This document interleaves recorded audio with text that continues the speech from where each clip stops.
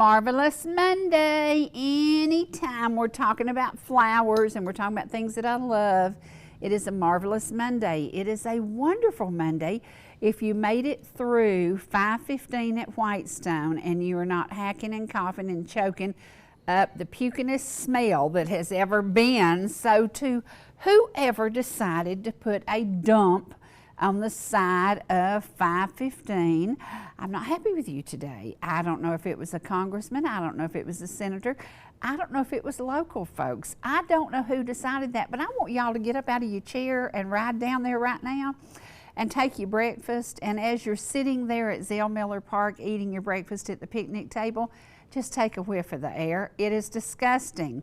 So for everybody who's going to be calling, you're going to be calling the power company, you're going to be calling the gas company, you're going to say there's this atrocious smell in the air. Yes, it is. Now, I don't know how in the world or what's going on. Maybe it's the heat and the cool mixing. There was some smoke in the air, but there was more than that, the worst stench. Oh my gosh, it was awful. So if you're going to take a daycation today and you think, I'll run down to Jasper, I want you to take the roads and go through Chatsworth to 411 to Fairmount to get to Jasper, because I'm going to keep you away from that stench. It stinks. It's awful.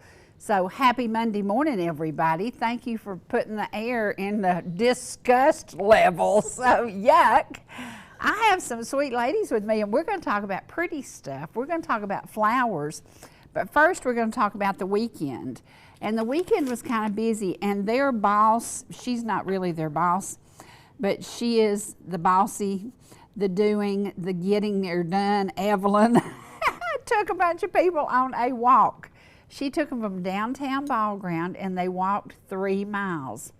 This girl has got, is she not like the Energizer Bunny? Absolutely. She is like the Energizer Bunny. She said, everybody gather between the little park between our office and the burger bus, and we're going to walk. And they walked up this hill that is just like this in Ball Ground, and then they walked down the dirt road, and they went to the beautiful walking park that is free to you, free to me, free to anybody who wants to use it. Compliments of the city of Ball Ground, and we're going to share some photos of all of that with y'all. We're also going to share some beautiful flowers that one of our soon-to-be homeowners brought me, and they were so pretty, and it looked like a professional had done it. I'm sure she did it herself, but it was so beautiful, and I was like, oh my gosh, what a nice thing to show up to work and flowers sitting there waiting for you. There's something about a flower that changes your day. It changes the way you look at things, it brightens your day, and when you watch one bloom, you're like, isn't that something? God's creations are amazing, absolutely amazing. It could start from this little tiny seed, and that's one of the things we're going to talk about, because I have a friend in Ball Ground who grows the most beautiful zinnias in the world. And a couple of years ago, when they were changing the beds out and going from the zinnias to the winter flowers, I said, what do you do with those seeds? And the guy said, we just throw them away. I said, what? And so I got me a big bucket full of them, and I'm going to try to grow them this year. One of the things about the plants is they do produce a seed that you can dry, you can save, and you can reuse. And so in today's throwaway world, maybe we should be talking about saving seeds and starting a plant from a seed instead of a plant. What's that? What do y'all think about that? Do you remember when we did that? There's some little old ladies sitting out there watching us today who have green beans that are white half runner that their grandma saved the seeds in the 1800s and put them away and saved them. Usually they put them in a bag and they hung them in the smokehouse, and they kept them year to year to year. My mother-in-law did that for over 50 years. And when she passed, it was very sad to me that nobody had any of her white half runner beans. People came from 150 miles away to buy her white half runner beans. They were the best ever. And it's because her mother, who was full Cherokee, and her grandmother and everybody before them saved the seeds. We should learn. We should learn from people that are smarter than us. And there's a bunch of people smarter than us. Now, Trace, can we show these photos? Can we do this? Okay, first of all, we're going to have a plant sale in Ball Ground, and everybody knows it's the Saturday before Mother's Day. I don't know who chose that date, but it seems to work very effectively because it's an idea that you can get out with your mama, and you can either take her shopping or you can go shop for her and show up at her house with maybe a cake, a card, and a plant that you bought at the Ball Ground Botanical Garden sale. So it's going to be again on the Saturday before Mother's Day, and we're going to be talking about that in a few minutes. And we're going to talk about how you could contribute next year by saying, my yard needs thinning and I want to do that. And there are the Garden Club sponsors, and thank you to ETC and to me and Evelyn and to the Ball Ground Pharmacy and Onyx and Edward Jones. And you know, it takes a village to keep this garden growing and to keep it going. And one of the other people that his name isn't on there, but we have to say a huge thank you to Woody Snell at Linwood Development, because Linwood Development, the week he came to Ball Ground, I said, I got to go show you the botanical garden. And we're standing in the garden, and I said, okay, we got to talk to Jenny Byers. We were talking about the fact that the old ladies, and I'll just say most of our garden club ladies are older, they were dragging these hoses for miles to water the plants. And Woody looked at that and said, what? You do what? And I said, they kill themselves hauling these things. So Woody called his landscaper and they put in an irrigation system. He just did it just like this. Snap your fingers and we got irrigation. That was amazing because there's a lot of plants, a lot of hard work has gone into this. And new guy in town, Linwood Development, he said, yeah, I can do that. And I'm sure there are days in July when it's hotter than Hades that the ladies say, thank you, Woody Snell. Thank you, Woody Snell. Much thanks, much thanks. So if you have been a part of the Ball Ground Garden Club, you know it is a labor of love. It is truly a labor of love, from the dig to the planting, to the saving, to the nurturing, to watching it over the winter, and to making sure it gets the nutrients that it needs. This is a labor of love. It's not something that was designed to make money.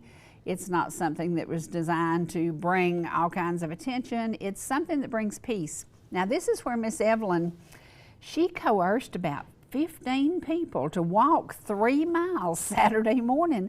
And this is where they ended up, down at the Roberts Dam, the old site on Long Swamp Creek. Absolutely beautiful.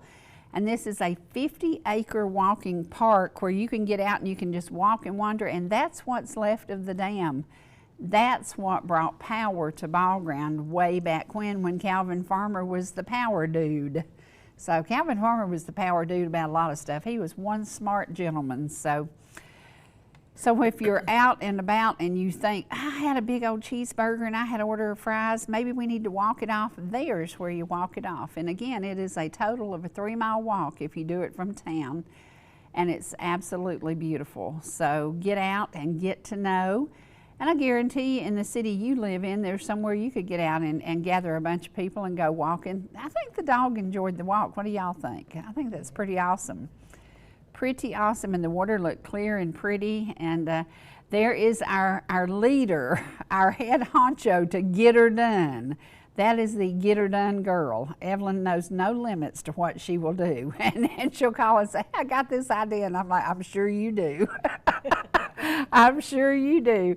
And there are the people that they just got together and they had a great time and walked from downtown Ball Ground up the hill. And I'm telling you, if y'all have not seen this hill, it is a mighty tall hill. And they went up it and they went down the muddy dirt road.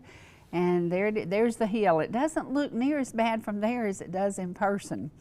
That sucker is straight up. So, and again, this is all walking distance. Now, today we're going to talk about history, and the history of the Cherokee and the history of gardening.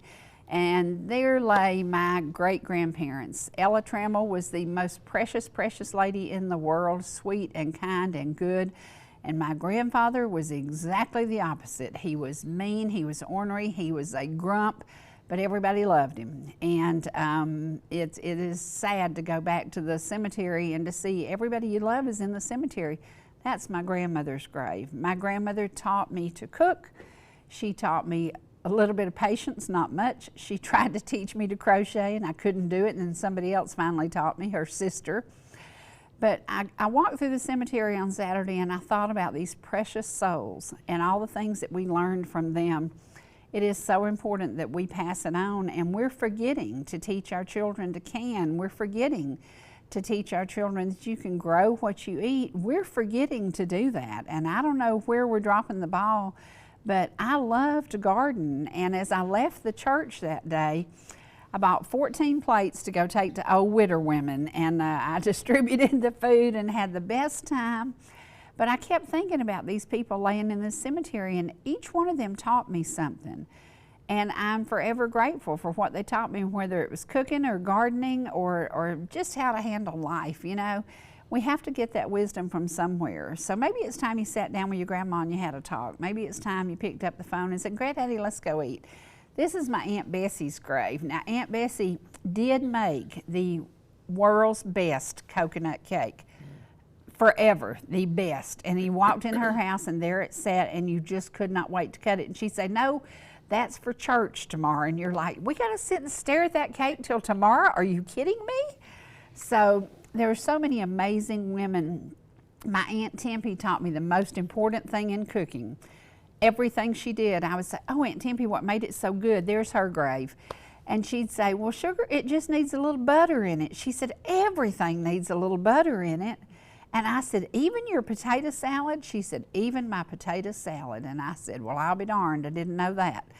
But we learn, and we should pass along what we have learned, and I hope we will. Now, I learn every month. We have meetings over in Cumming at our Cumming real estate office. I have learned that we have a very amazing team, and that's the key, a team. The garden club would not work if they didn't work as a team. Our company would not work if we did not work as a team. Teamwork is very, very important. ETC's been in business over 115 years. Do you know why?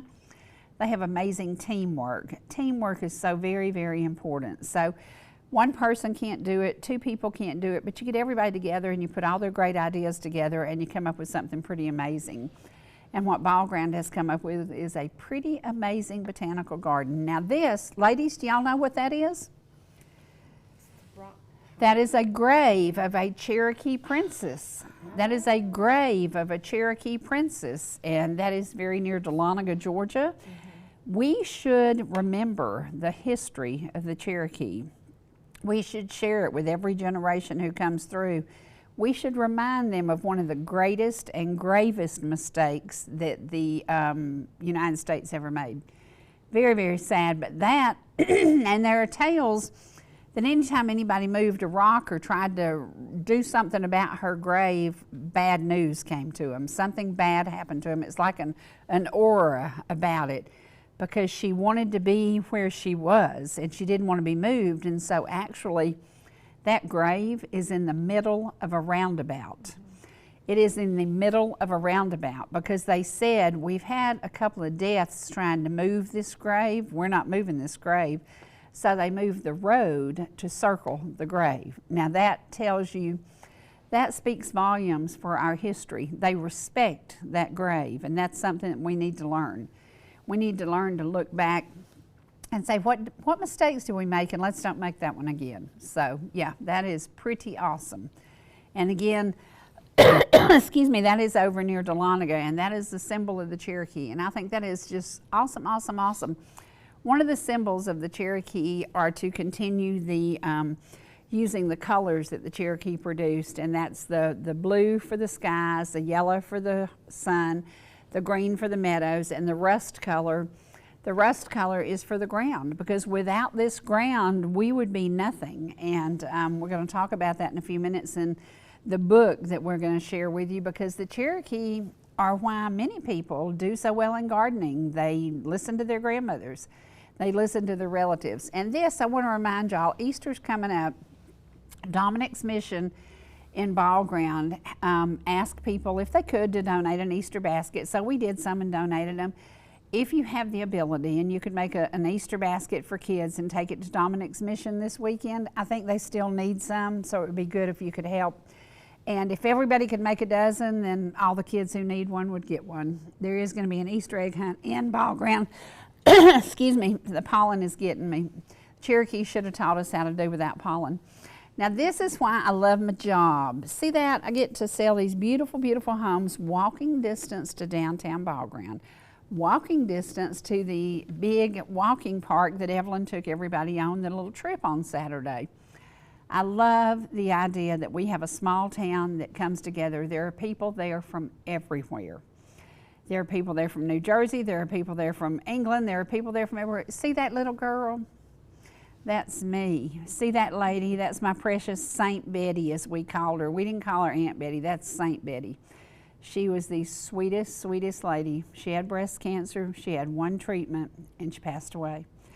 And my sister had kidney cancer. She had one treatment, and she passed away. So as we approach Mother's Day, Saint Betty was the sweetest, sweetest person in my whole life. I loved my Aunt Lou, I loved my mama, I loved my granny, but Saint Betty was that one. She was precious. Now this is what you missed if you didn't show up at Mount Vernon Baptist Church on Saturday. Sold a whole bunch of plates with some mighty good fried chicken and some amazing white half-runner green beans. And Dinah, that potato salad was to die for. And Carol, that slaw was amazing. So thank you to everybody who contributed their time, their energy, and their money to purchase the plates. This is what I want to do, y'all. I want a mini garden.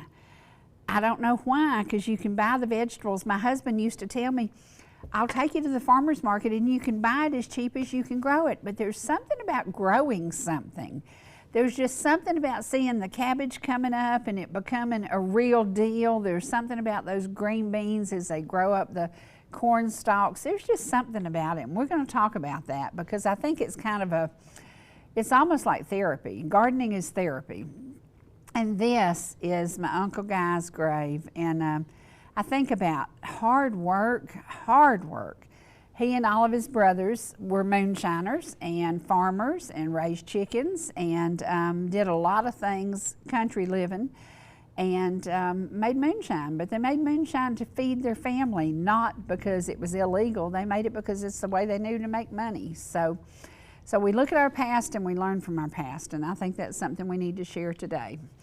And there is the back. I love that house, y'all. I just love that house.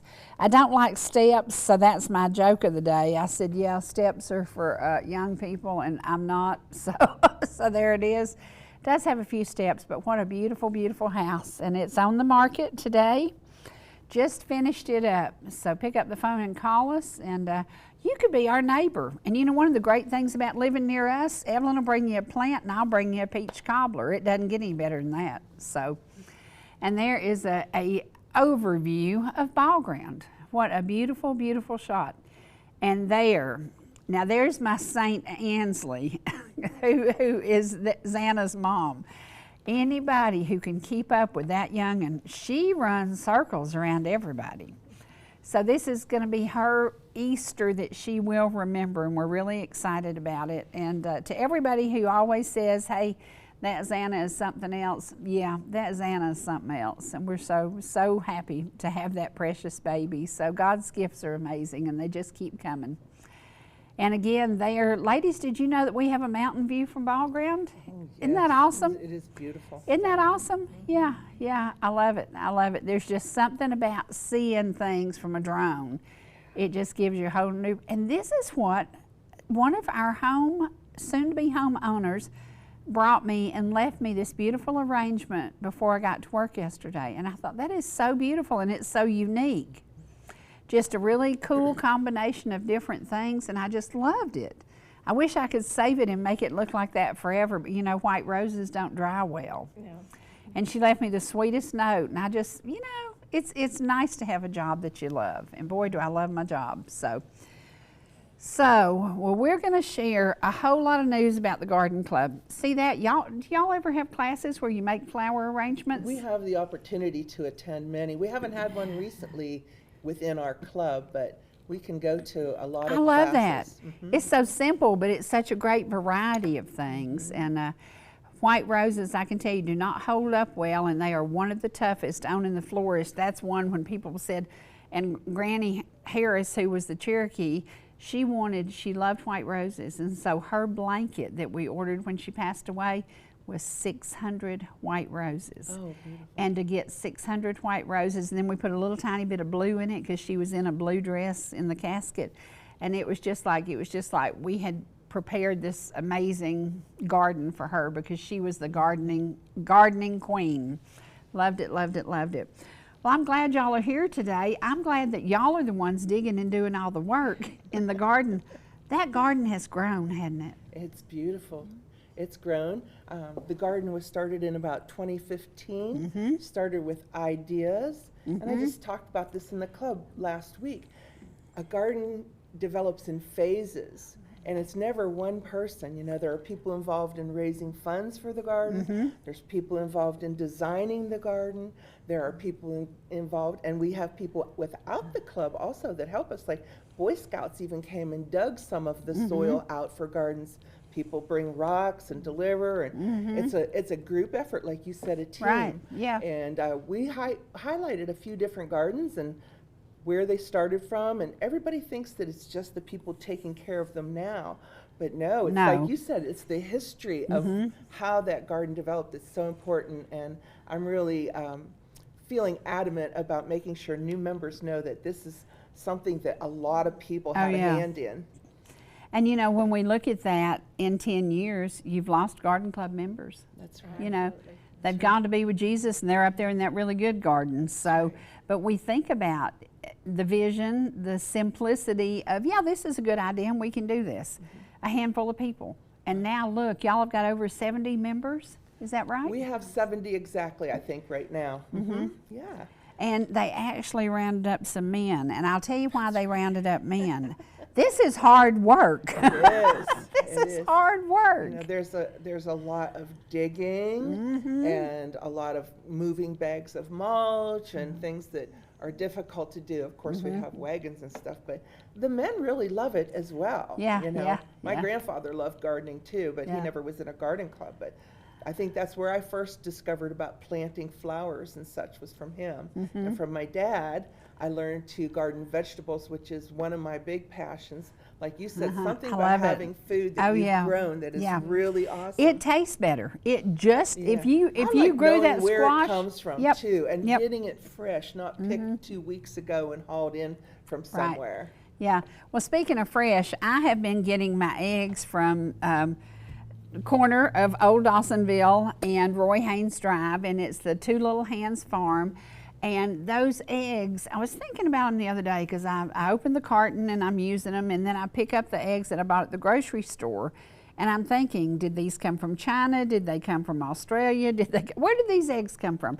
Do we know where an egg in a grocery store comes from? Well, you can track it down usually, but not like when you buy it from your neighbor. Yeah, and this one has on the date when they were laid. That's like right. Today or yesterday or whatever. And you think about this little carton I bought at the grocery store was $4.99. Well, it's $6 to buy them locally. Would I pay $1 more for local? Yes, I would.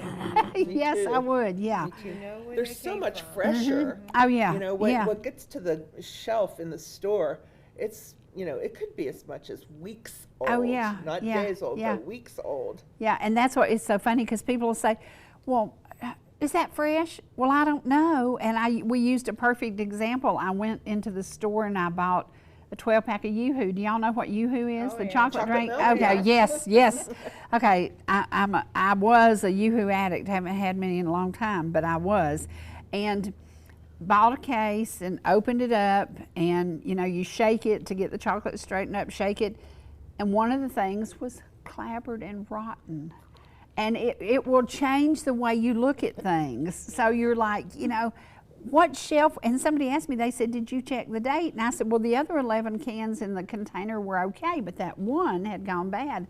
How do you chase that back? And so we did a video and put it on YouTube, and it got thousands of hits because people are like, what is wrong with that Yoo-Hoo? And it was so disgusting. we don't know where that came from. And who has time when you go to the grocery store to look at every single Yeah, date? yeah. I mean, we're busy looking at labels for the nutrients we want, but looking at the dates, you trust the grocer to put fresh stuff out. Yeah, yeah. Well, Fresh this isn't was fresh like we're talking about. not at all, not at all. Well, we have a birthday that we're going to do right now. We don't usually do a lot of birthdays, but this guy is the reason that I absolutely went crazy about bluegrass music. I didn't even like bluegrass music, but Barry Scott is a writer. He is an artist who has performed here at ETC for over 20 years. And today is his birthday. And so we're going to do, this is an award-winning song that he wrote, and it is called We Shall Inherit. And I think there's something very appropriate about that today, because we shall inherit. We shall inherit the earth. We shall inherit what's left of the rivers and the mountains. And I think it's important that we preserve that. And so I know Ball Ground has a saying, but I told the mayor, I said, you should have used my saying. It is, we are preserving the past and embracing the future. And that's our job. So as gardeners, it's your job to preserve that past. And I think it's also our job to share, what do we do to preserve this past? And we'll talk about that when we come back, but we have to honor Mr. Barry Scott, because I guarantee you he's going to be watching. Here we go.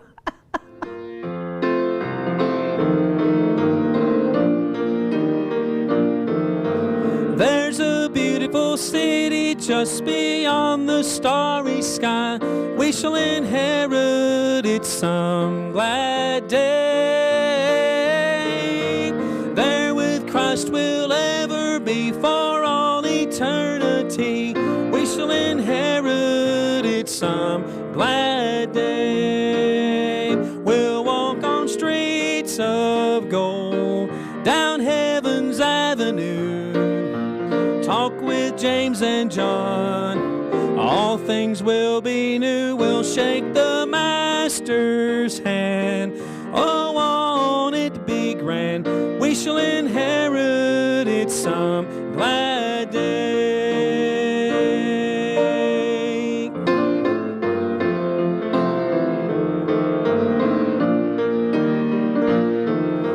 One day soon he shall return, and we'll behold his face. We shall inherit it some glad day. He'll show me to my mansion that he said he would prepare. We shall inherit it some glad day. We'll walk on streets of gold, down heaven's avenue. Talk with James and John, all things will be new. We'll shake the Master's hand, oh, won't it be grand? We shall inherit it some glad day. We'll walk on streets of gold, down heaven's avenue. Talk with James and John, all things will be new. We'll shake the Master's hand, oh, won't it be grand? We shall inherit it some glad day. Yes, we shall inherit it some glad day.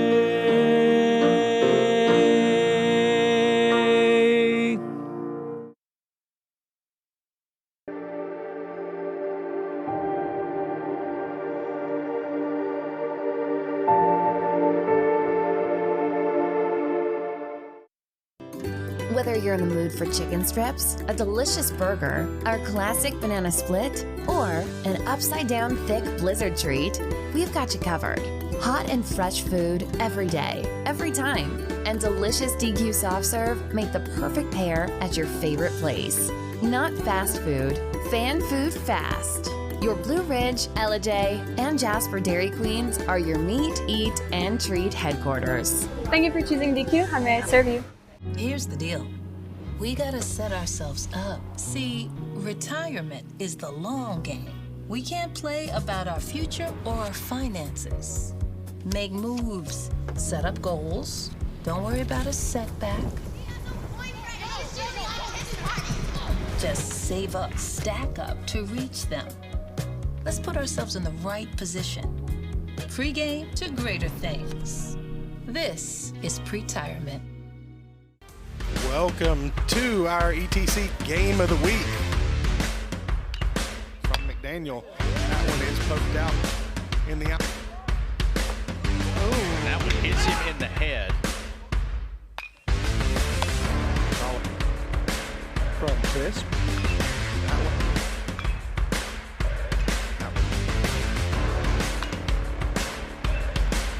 3-2. Good lick.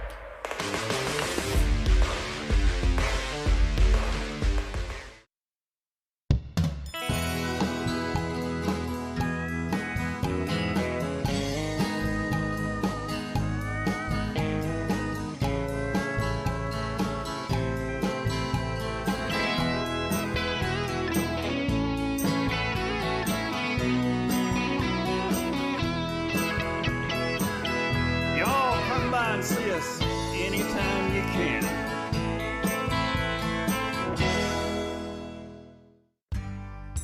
Whether you're swimming in the sea or splashing in the pool,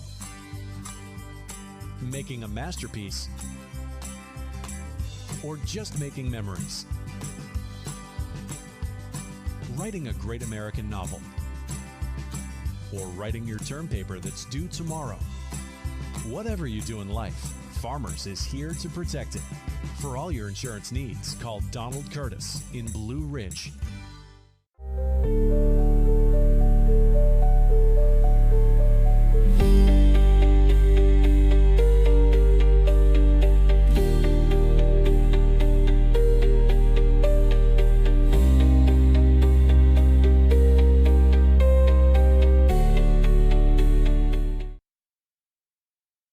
Okay, gardening just didn't erupt from the sky. Somebody didn't just wake up one morning and say we're going to garden. There's a history of gardening, and it started with the Cherokee. It started with a lot of different, it started with the Aztec. It started with Fred Flintstone, actually. I bet Wilma had a garden. So it started a long time ago, but I want to share something with y'all because today we're going to do a giveaway. This is a first edition of the book, Cry of the Eagle. My late father-in-law, Don's grandfather, wrote this book, and he produced this book in 1969. He never wanted it ever put out in a print on a paperback. He said, it's very important to me to have a hardback that they can lay on their table, they can read over and over and over, because, and I've read this book probably 50 times, and this weekend I realized there were things in here I forgot. This is the first edition of Cry of the Eagle. This is a printed edition that the family has the royalties and the rights to print this. We have the publishing rights because of family. This is the book today. But in today's world, we know that not everybody is legit. And this book, which should never have been produced because Forrest Wade has rolled over in his grave, this is a paperback. And the reason I knew it wasn't something that my father-in-law would have done is because, number one, he didn't like paperbacks, and number two, the copy is off. And it made me so mad, I bought this to prove a point. There are people who are not quite right and not quite good, and they reprinted something that they have no right to print. Now, this was on the internet, and that's how I got it. But the young man who was selling it was at no fault himself. He found it in a flea market where somebody had stacks of them. If you walk into a flea market and you see a copy of Cry of the Eagle, it is not legit. The family gets no credit for anything, which is disgusting because this man who wrote this book, this right here, the first edition, was a stubborn old feller who walked these hills many hours, days, years to have the history and to have the knowledge to write the book. He didn't want it done in a paperback, and it makes me so mad I could scream. But this young man who bought this was very nice, and he had some more of them on the internet, and he took them down. Don't buy a paperback copy. It's a fraud. Now, this one you can buy. If you see editions that the family has, you can buy them.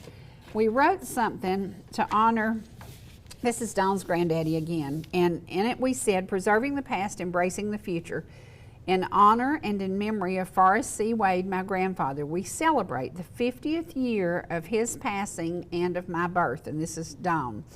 Thank you, grandfather, for teaching my father and others the importance of honoring the sun, the blue sky, the green meadows, and the red clay. From this comes our existence.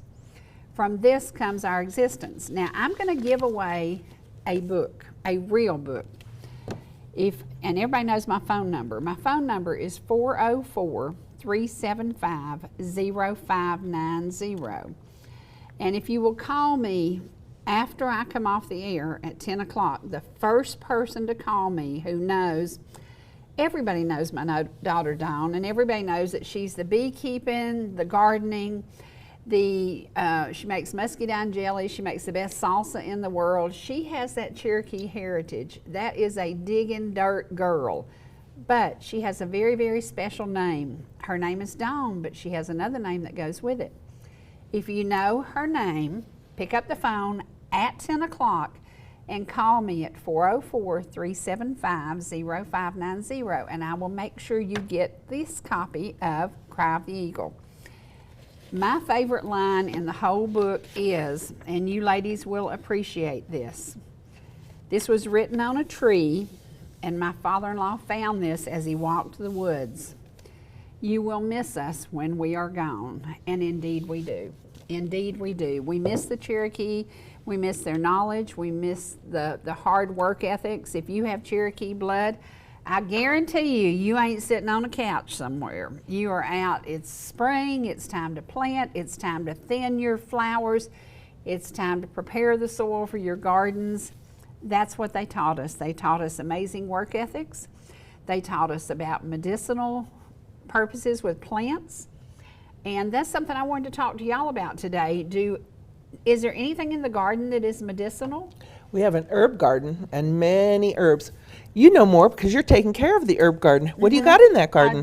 We just started. I know we have pineapple sage, rosemary, bee balm, thyme. It'll take me a few minutes to remember the rest, but we have more. And we're gonna add even more. Well, Granny Harris had a garden that was the garden they ate, and then she had the herb garden. And she even used things for your stomach. There were certain things she used to calm your stomach down. There were certain things, she used something to brush her teeth with. Yes. You know, that's the Cherokee. How did we not, we need to keep records. We need to pass this on. That's right. We need to let people know. That's right. That the old ways were not the wrong ways. They often made more sense than what we're doing. My grandmother, who was Cherokee, taught my dad. I remember this when we were young, when we got stomach aches and it was really bad, he would go dig up blackberry roots and make blackberry root tea for upset stomachs. There you go. Yeah. We also have a native garden, and I'm not sure of all the plants in there, but I'll bet you some of them are medicinal as well. Oh, sure. Yeah. And it is, we need to preserve this knowledge and we need to pass it on. So do y'all ever think about writing a how-to garden book for kids and do it as something you could raise money with? Oh, we think of a lot of things like that. We love teaching the kids. Yeah, I think that would be awesome. I think if you could write it on a level that maybe 5th through 8th grade. You know, I remember in the 5th grade I entered a contest. I don't know if it was with 4-H, but we had to go to the fair. And I grew 2 things. I grew zinnias and I grew sweet potato vine. Nice. And I had the biggest sweet potato vine in history. I mean, it was just ridiculous. But from a sweet potato. And it was beautiful. It was beautiful. We have a committee that works with the STEM Academy and a committee that works with the youth program for the summer in the library, the Sequoia branch in Ball Ground. So we do love to teach kids about, you know, how to start seeds, how to plant plants. We teach them about the birds and the pollinators and all the critters. Another thing we teach them about is how important trees are, you know, so they don't realize the products that we get from trees, but one of the best ones is the air that we breathe. Do you know where you get Pampers diapers? Trees, from a tree. A tree. Do you know how many nasty diapers are thrown away every day from a tree? A Pampers diaper is made from a tree. Right. Isn't that crazy? Which tree? I don't know. I don't Probably know. anyone that could be made into cottony yeah. Oh, Yeah. I'm stuff, sure or from, okay, the bark, from the maybe. nails, Yeah. from the leftovers, from, yeah. Isn't that crazy? Yeah. And remember when we had babies, when I had the first baby, it was 89 cents for a box of Pampers, and this box was about this size. I think I remember it being 12 diapers. 89 cents. Today, go buy you a case of diapers. Right. You'll have to go by the bank and ask them, can you load my debit card with a lot more money on it? Because it's pathetic how much they have to pay for diapers. And it's a product. We did cloth diapers and rewashed them, which I think was good, but I think sometimes the Pampers is a little gentler on the skin than the cloth ones. So. Yep. But we learn, we learn. And I said, I think that's, after I've read this book so many times, and every time I read it, I learn something else. And I think about the time that I spent sitting on the porch with Granny Harris and listening to her. We should listen to our elders. Absolutely. We should listen, because now, like your daddy, did you write down things he taught you? Did you remember? I've written down some of the things both grandmothers and my dad, have taught me over the years. A lot of it's still up here and need to write it down. Yeah, because you have to pass it along. And now we have the ability to record these things. And, I tell everybody, get your cell phone out today. Everybody's got a cell phone. Go sit down with your grandmother and record. Now, Granny, what did you say about that jelly? And how hot do I have to get it in that? Because my jelly fails all the time. And I just cook it to death. And I'm not the jelly maker, Dawn is. But it's so crazy, because just that conversation with your grandmother, you'll then say, oh yeah, that's what she said. That's where I learned all my canning. And I do make a lot of jams and jellies and home canned green beans, because you simply cannot get better. No. So, but yes, all this I learned from her, just watching her and instructing.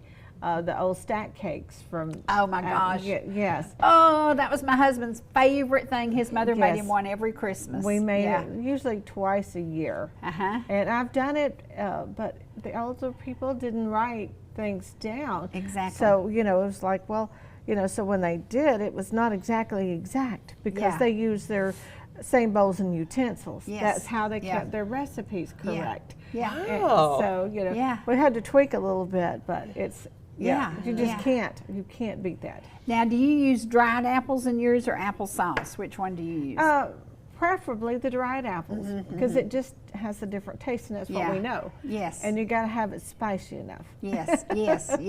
Enough I can clothes. just see her walking in. She was like 4'11", and she'd walk in with his cake, and his eyes would just light up, and it was a labor of love, and that's what we gave as gifts. We might, the other day, a lady gave me a beautiful Christmas cactus that she had potted. And I told her, I said, oh, Barbara, thank you so much, but I'll probably have it dead before I get home. I don't have a green thumb. I can garden and I can grow vegetables and food to eat, but flowers, I think I worry them to death. I overwater them, and I just stress over them. Better if you ignore them. I know, I stress over them, and I'm like, oh, I have a camellia bush that I absolutely love. I have crepe myrtles that I absolutely love. And I watch them and I stress, and I think, well, you need something, but I don't know what you need. Do y'all fertilize the garden yearly, or how do you do that? I just started fertilizing after joining the garden club. My roots are in the northern part of the United States, in Ohio, and the soil is different. We can tell that, couldn't yes, we? I know. I'm sorry.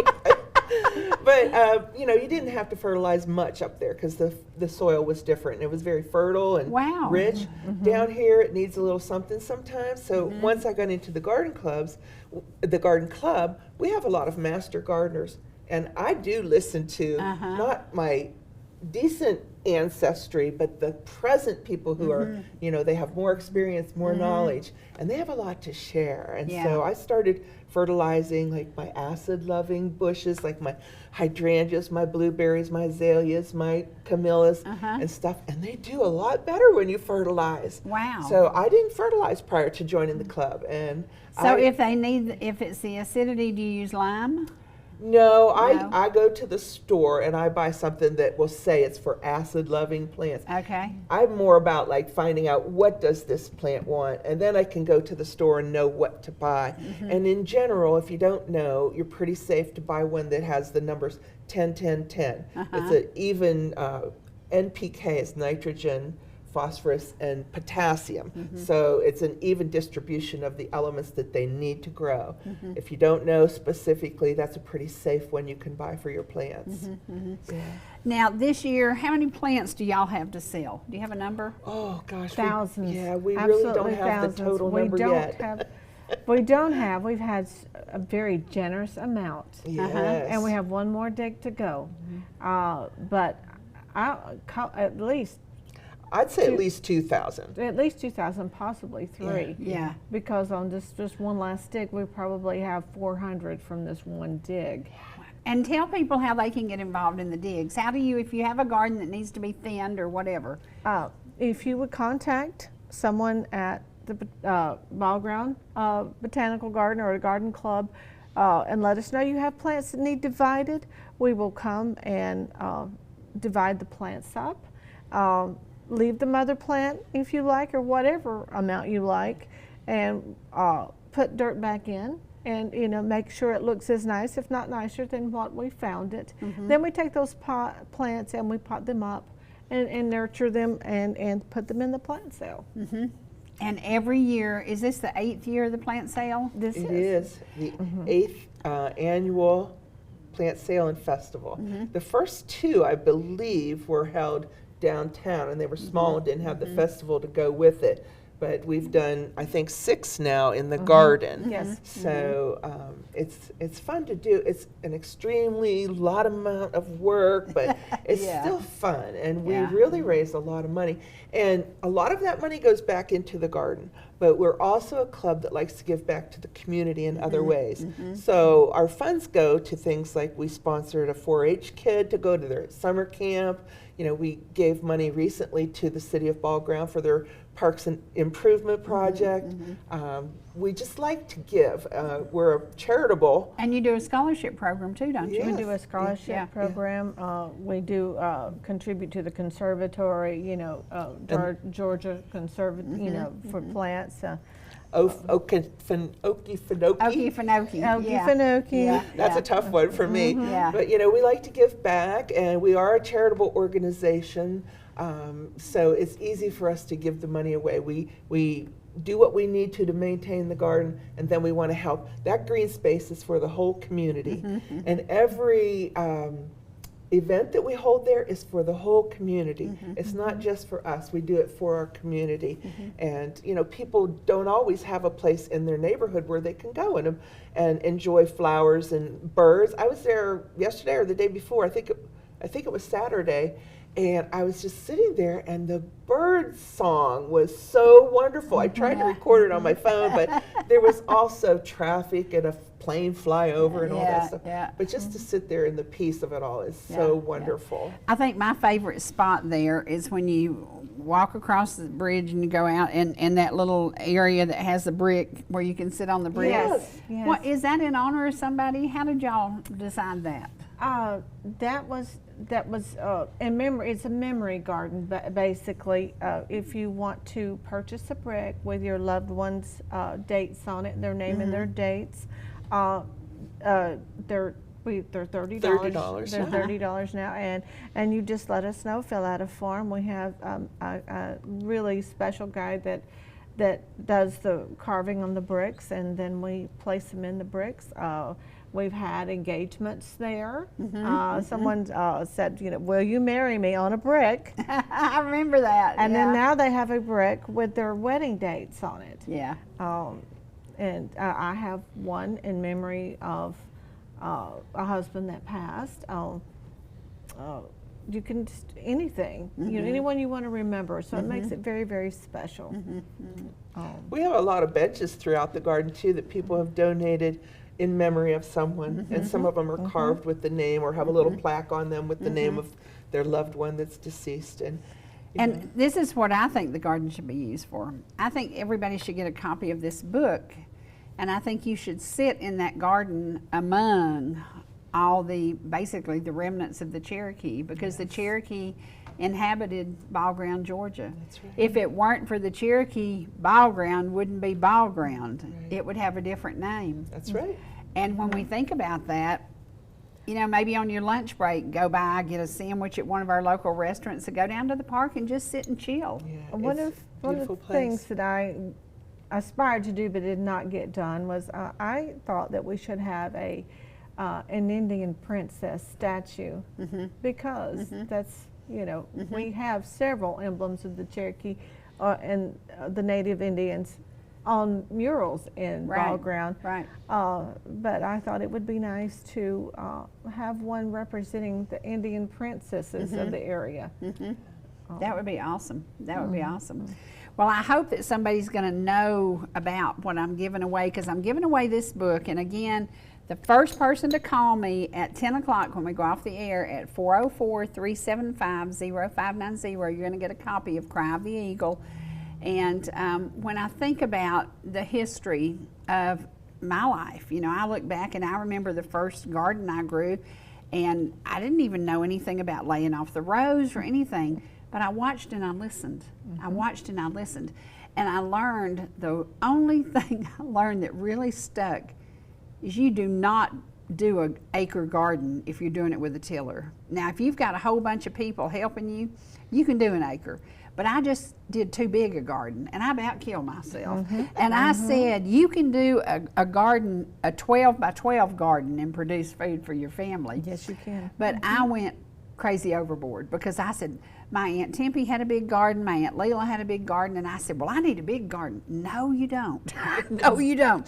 You will be so mad at the garden by the end of the season, because you're like, oh my gosh. Those families had, you know, sometimes 8 or 10 kids. Right, who to helped feed. in the garden. That's right. They help with the growing and the weeding and the Yes, preserving. yes, and it was just me. And I learned a lesson. So do a garden that you can control and that won't make you angry. So now, ladies, the event is going to be on, it's always the Saturday before Mother's Day, and it gives you an excuse. The vendors who are coming this year, Karen, do you know the vendors' names? Do you know many of them? Oh my goodness, we have so many.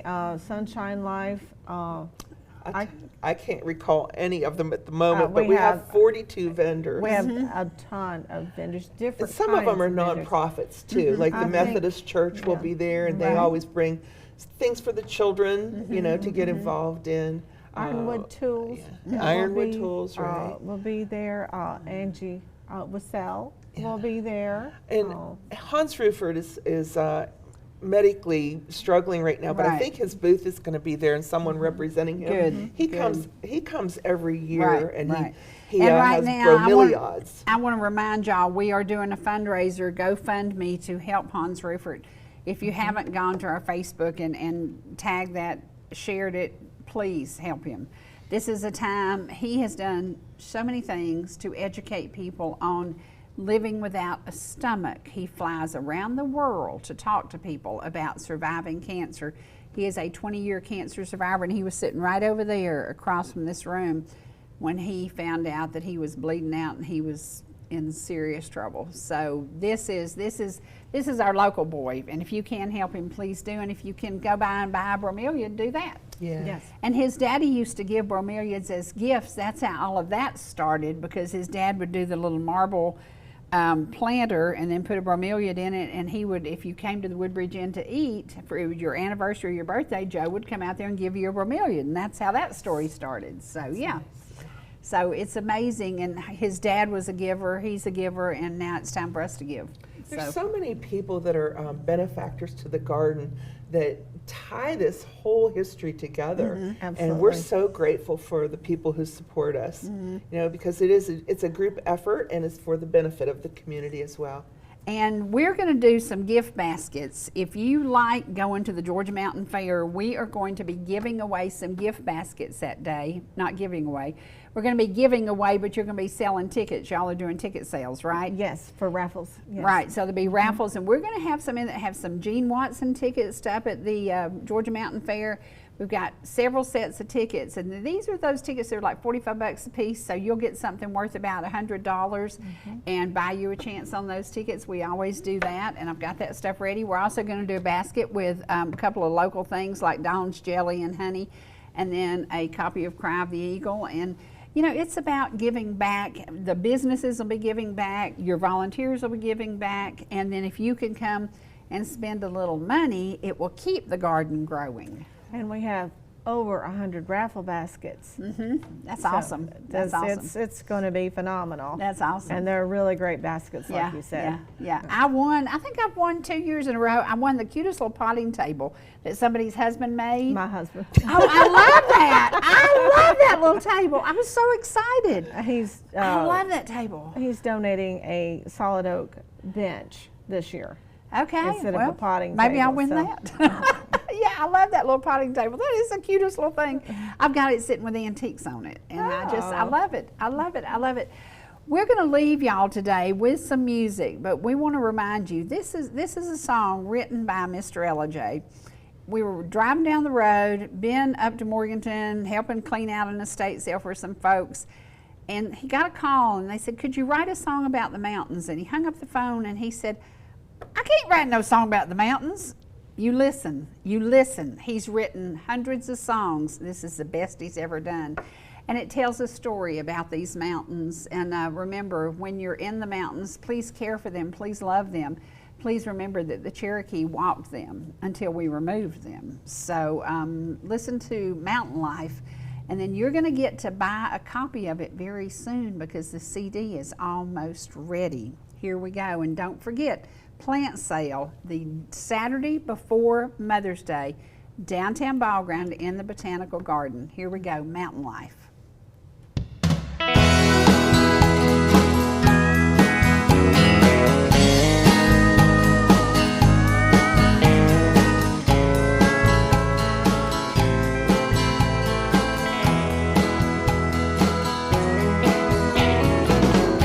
Misty mountain, rainbow sky, a faraway look in your eye. Tell me, have you had enough? Traffic jams and city stuff. Don't you think it's time to go where black bears climb and waters flow? Hummingbirds out on the deck, your feet propped up, and what the heck? You'll love how we live here in these mountains. Everything is gonna be alright,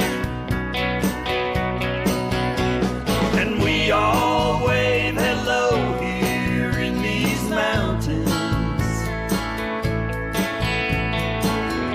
Life is good, we sleep well at night. It's alright, the mountain life.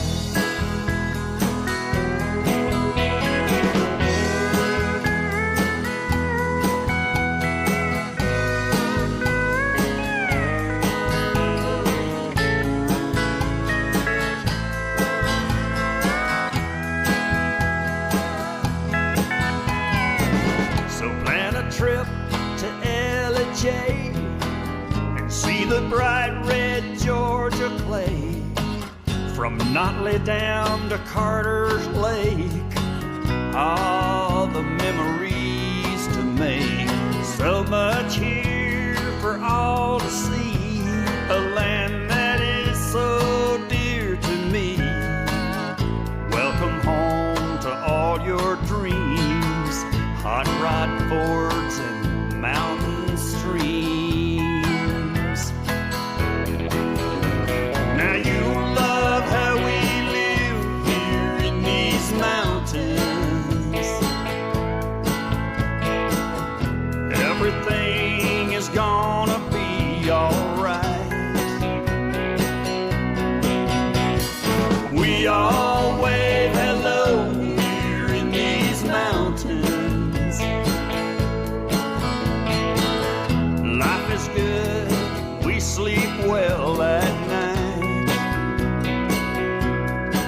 It's alright. The mountain life.